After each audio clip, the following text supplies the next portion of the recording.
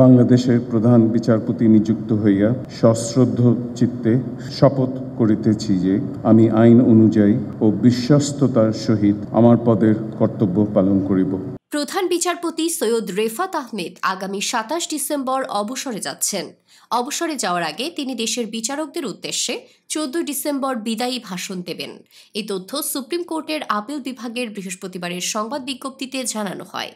সংবিধান অনুযায়ী প্রধান বিচারপতির বয়সসীমা ৬৭ বছর। সে বয়স পূর্ণ হওয়ায় ২৭ ডিসেম্বর তিনি অবসর গ্রহণ করবেন।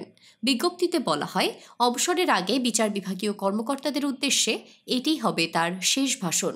এতে জানানো হয়, ১৪ ডিসেম্বর রোববার বিকেল ৩টায় সুপ্রিম কোর্ট অডিটোরিয়ামে দেশের বিভিন্ন জেলা আদালতে কর্মরত উচ্চ পদমর্যাদার বিচারকদের নিয়ে একটি গুরুত্বপূর্ণ বৈঠকের আয়োজন করা হয়েছে।